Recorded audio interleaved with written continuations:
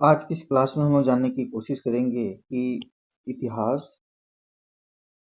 जो competitive exam के लिए बहुत अहम सब्जेक्ट होती है, इससे संबंधित हम एक तथ्य को जानने की कोशिश करेंगे कि इतिहास की उत्पत्ति किन परिस्थितियों में हुई है, इतिहास किन परिस्थितियों में अपना जानकारी उपलब्ध कराती है और इतिहास किस तरह से हमेशा एक उपयोगिता बना रहता है। तो चलिए शुरुआत करते हैं। इतिहास जो है वह इतिहास के जनक किसको बोला जाता है? हेरोडोटस को बोला जाता है। और इतिहास जो है वह इति जोड़ हो जोड़ आस, ये तीन शब्द से बना है। यानी कि इतिहास हम क्या कहते हैं? जो बीता हुआ कल है, यानी कि बीती हुई घटना, और बीती हुई घटना का प्रमुख साक्ष्य के रूप में जो उपयोगिता होता है उन्हें हम इतिहास कहते हैं। यानी कि मान करके चलिए कोई एक तथ्य है, वह तथ्य को आप कहानी के रूप में डिनोट कर रहे हैं, हो सकता है वो सही भी हो, परंतु जब उनसे संबंधित इतिहास को वही कहलाता है जो इतिहास जो बीता हुआ घटना है और उससे संबंधित प्रमुख साक्ष्य उपलब्ध है। तो इतिहास जो है वह यानी कि बोला जाता है इट वाज हैपेंड, जो घटना घटित हुई है और जिससे संबंधित हमको क्या है, साक्ष्य भी उपलब्ध है। इतिहास के जनक किसे कहा जाता है? हेरोडोटस को बोला जाता है, जिन्होंने एक बुक लिखी थी जिनका नाम है हिस्टोरिका। यानी कि उन्होंने एक इतिहास से संबंधित जो है वह क्या है, एक विचारधारा को उन्होंने डेवलप किया है कि किस तरह से इतिहास को समझा जाए।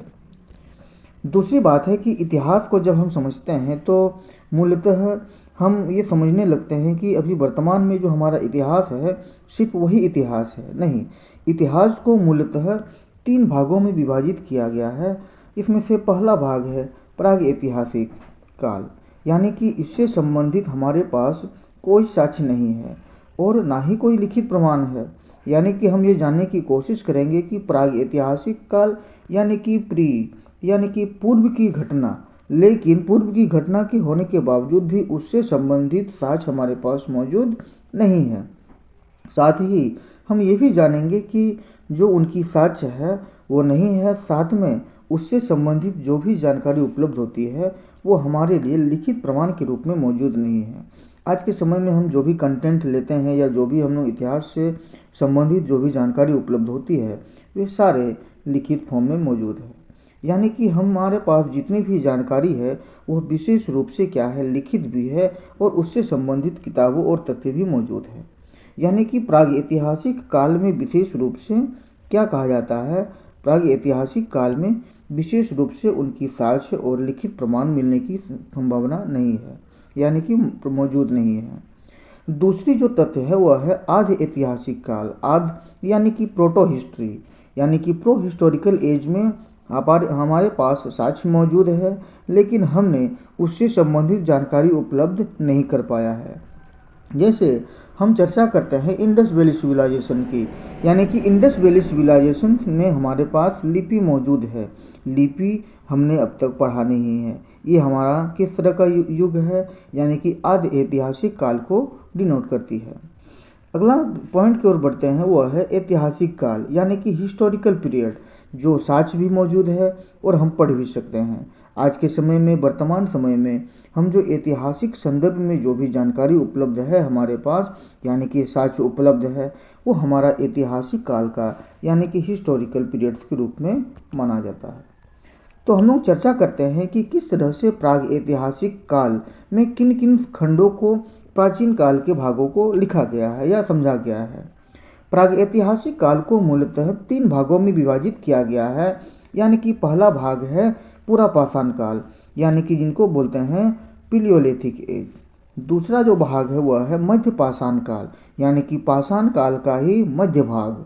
जिस तरह से हम लोग कहते हैं कि आधुनिक काल की पूर्व भाग है, आधुनिक काल की पूर्वोत्तर भाग है, यानी कि उत्तर भाग है, लास्ट अंतिम भाग है, और उत्तर काल की यानी कि आधुनिक काल की मध्य की भाग है।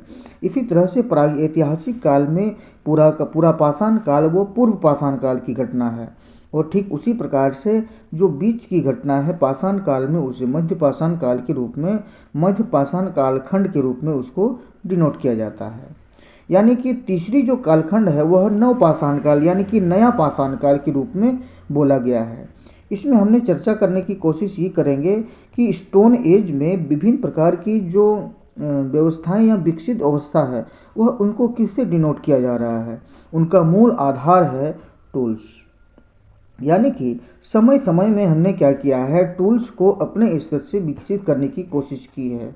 यानी कि हमने पहले क्या किया, जो पत्थर होते थे उससे हम शिकार किया करते थे, तो पत्थरों को जब उसको धारदार बना दिया गया तो समय के साथ हम क्या किए, अपने आप को डेवलप किए। तो पूरा पाषाण काल को है जो है वह क्या बोला जाता है, ओल्ड स्टोन एज, यानी कि पाषाण काल का ही पुराना खंड, जिसको हम कहते हैं अज्ञात समय से लेकर के कोई उसकी टाइम पीरियड नहीं आंकी गई है, क्योंकि कार्बन डेटिंग से भी उसकी जानकारी उपलब्ध नहीं हो पाई है। यानी कि उनकी जो अज्ञात समय से लेकर के 10,000 ईसा पूर्व तक, यानी कि ये एक कॉन्सेप्ट है BCE और आपका है AD। यानी कि इसको बोला जाता है BCE यानी कि बिफोर क्राइस्ट ईरा, और AD को बोला जाता है एनी डोमिनो। इसको और थोड़ा सा विस्तार पूर्वक जब समझते हैं, जैसे हमारा ये एक ग्राफ लाइन है और ये हमारा जीरो, जिस प्रकार से हम लोग समझते हैं, तो जीरो से इस लेफ्ट साइड में जब माइनस की संख्या को डिनोट करते हैं, उसी तरह से जीरो से इस साइड प्लस की ओर डिनोट करते हैं। यानी कि हमारा जो जीरो यानी कि ईसा मसीह के जन्म से पूर्व, यानी कि ईसा मसीह के जन्म के पूर्व की घटना और ईसा मसीह के जन्म की बाद की घटना, तो इस तरह से ईसा मसीह के जन्म की पूर्व की घटना को BCE बोला जाता है, यानी कि बिफोर क्राइस्ट ईरा। और उसी के बाद ईसा मसीह के जन्म के बाद की घटना को बोला जाता है एनी डोमिनो। यानी कि आज जो हम वर्तमान में रह रहे हैं 2026 में, वो वर्तमान 2026 हमारे लिए ईस्वी है, और यह इसके पूर्व जो है वह क्या होता है, ईसा पूर्व। तो इस प्रकार से ये इनकी घटना है। तो इस तरह से हम समझने की कोशिश करेंगे कि मध्य पाषाण काल जो हम बोल रहे हैं कि पाषाण काल का मिडिल एज, उसको 10,000 ईसा पूर्व से लेकर के 4,000 ईसा पूर्व तक के कालखंड के रूप में उसको डिनोट किया गया है, यानी कि उसको व्यवस्थित किया गया है। सबसे बड़ा सवाल ये होता है कि हमने इतिहास को अलग अलग कालखंड में ही क्यों बांट करके समझने की कोशिश किया है। इसका एक छोटा सा लॉजिक यह है कि जब हम एकाएक इतिहास को जब पढ़ने लगेंगे, एक सीक्वेंस में नहीं पढ़ेंगे, तो इतिहास हमको समझने में दिक्कत होगी। तो इसी कारण से हमने क्या किया है, अलग अलग कालखंड को अलग अलग समय काल में उसको विभाजित करके उसको समझने की कोशिश की है। तो अगला भाग है नवपाषाण काल। नवपाषाण कालखंड को यानी कि न्यू स्टोन एज, यानी कि पाषाण काल की, यानी कि पत्थरों का टूल्स के रूप में जो हम इस्तेमाल कर रहे हैं, तो वह टूल्स जो है वह किस तरह का है, वह ज़्यादा धारदार हो रहा है और ज़्यादा घातक हो रहा है। यानी कि इसकी समय कालखंड के रूप में ही उसको नवपाषाण कालखंड बोला जाता है। और इसी तरह से 4,000 ईसा पूर्व से लेकर के 4,000 ईसा पूर्व से लेकर के 2500 ईसा पूर्व तक जो है वह उनकी समय काल को निर्धारित किया गया है। अब हम चर्चा करते हैं, ये हो गया प्री हिस्टोरिकल एज। अब दूसरी भाग आती है प्रोटो हिस्ट्री, यानी कि इनकी समय काल जो है वह किससे डिनोट की जाती है, सिंधु घाटी सभ्यता से, यानी इंडस वैली सिविलाइजेशन और वैदिक पीरियड। क्योंकि इस कालखंड में जो है वह अलग अलग प्रकार की लिपियाँ मौजूद रही है, खास करके सिंधु घाटी सभ्यता में। हमको लिपि तो संबंधित क्षेत्र से प्राप्त होती है, लेकिन हमारे पास क्या है, उससे संबंधित जो है वह उस लिपि को हम डिकोड नहीं कर पाए हैं। हो सकता है कि आगामी समय में यदि सिंधु घाटी सभ्यता की लिपि को डिकोड किया जाए तो आगामी समय में इतिहास की बेसिकली समीकरण को बदलते हुए देखा जा सकेगा। दूसरा जो भाग है आदि ऐतिहासिक काल में, वह है वैदिक सभ्यता। और वैदिक सभ्यता को मूलतः दो भागों में विभाजित किया गया है, यानी कि वैदिक काल को मूलतः दो भागों में विभाजित किया गया है, यानी कि ऋग्वैदिक काल और उत्तर वैदिक काल। यानी कि ऋग्वैदिक काल का जो समय कालखंड है वह 1500 से लेकर के 1500 ईसा पूर्व से लेकर के 1000 ईसा पूर्व तक माना जाता है। उसी प्रकार से उत्तर वैदिक कालखंड को 1000 ईसा पूर्व से लेकर के 600 ईसा पूर्व तक माना जाता है। क्योंकि यहाँ पे आप बहुत बड़ी एक बदलाव देखने को मिलेंगी, वह है 1000 ईसा पूर्व में आपका लोहा का आविष्कार होगा।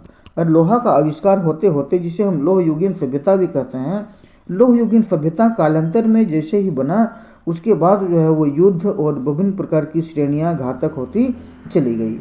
इस तरह से अगला जो भाग है वह है ऐतिहासिक काल। ऐतिहासिक काल के रूप में हम लोग जो वर्तमान सिनेरियो के अनुसार वर्तमान समय के रूप में हम लोग देखते हैं, वह क्या है?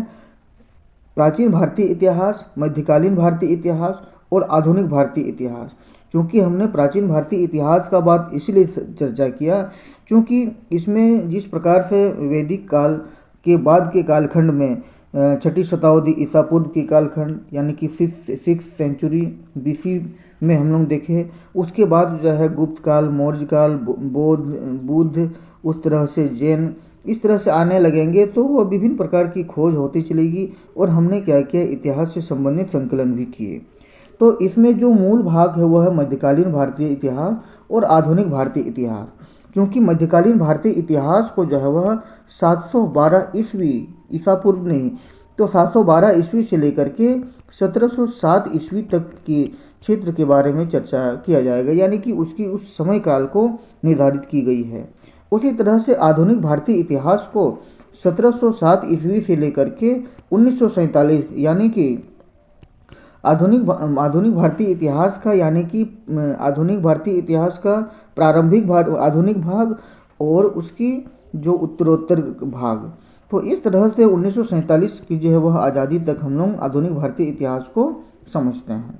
यहाँ एक मज़ेदार तथ्य यह है कि BCE के बारे में जो हमने चर्चा किया था वह क्या है, ईसा मसीह यानी ईसा मसीह के जन्म के पूर्व की घटना को हम लोग ईसा पूर्व कह रहे हैं, यानी कि वह है बिफोर कॉमन इरा या बिफोर क्राइस्ट इरा। और दूसरा जो हम लोग बोल रहे थे वह है AD यानी कि एनी डोमिनो। इस तरह से हम लोग क्या बोल रहे हैं, आज के वर्तमान समय में उसको CE भी बोला जाता है। CE मतलब यह है कॉमन इरा, यानी कॉमन युग के रूप में भी हम इसको डिनोट कर सकते हैं, जो वर्तमान समय में जो कालखंड चल रहा है।